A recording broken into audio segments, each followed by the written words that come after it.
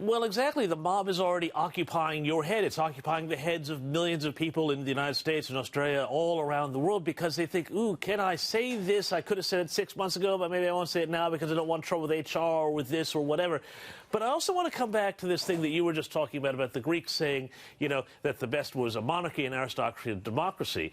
I would say that the democracies that we've had in the West have been largely bolstered, formally or informally, with a sort of an intellectual and cultural aristocracy, and that aristocracy, that elite, if you will, has already been overthrown and or captured by this left, which means that democracy then doesn't have that sort of cultural capital that's being pushed by an elite group of thinkers and people with, I think, a sense of a higher noble impulse to help the culture and help support the government. We had that informally in the U.S. You've got the House of Lords in the U.K. That's all gone now, and the new elite is very woke, very left, and is in fact actually not determined to uphold the righteousness of Western civilization, but now actually to tear it down. That's really, really worrisome, but it means that it is now incumbent on everybody who is not, just ordinary people on the street now to be the person to stand up and say, no, I will not. Václav Havel, the Czech dissident writer, talked about the person who put the sign, Workers of the World Unite, in their shop in Prague to avoid trouble from the authorities. But once you start to do that, that then starts to eat at your own legitimacy, and then you will start to believe anything because, you have to and you will for your own livelihood. And it's very tough, but people are going to have to start making those sorts of choices, and they're going to have to start making them very soon.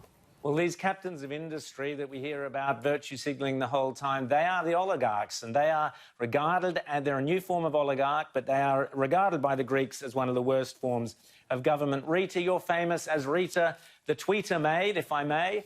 You're on Twitter the whole time. Is Twitter, how do you navigate through this mob, which is Twitter? Well, Twitter is, I think, a wonderful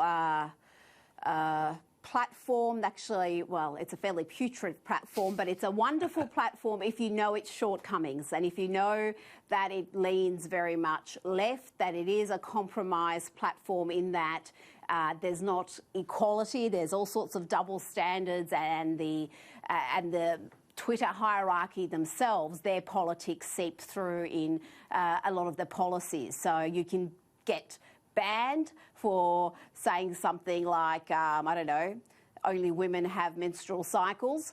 But you can spew all sorts of unhinged abuse if you're from the left, and that's tolerated. So if you understand those shortcomings, it can still be a wonderful platform to get information from all around the world, get it directly, not through a third party who's interpreting that information for you.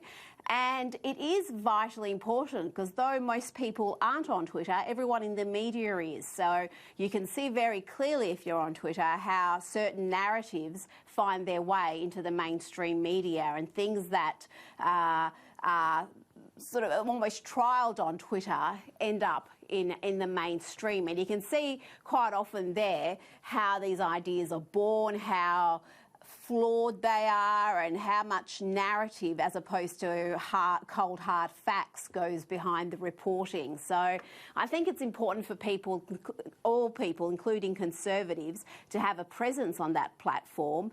But we do also need to have alternatives, because these tech giants, whether we're talking Google, whether we're talking Twitter or Facebook, they do have almost virtual monopolies where they control the public square. The modern mob rule.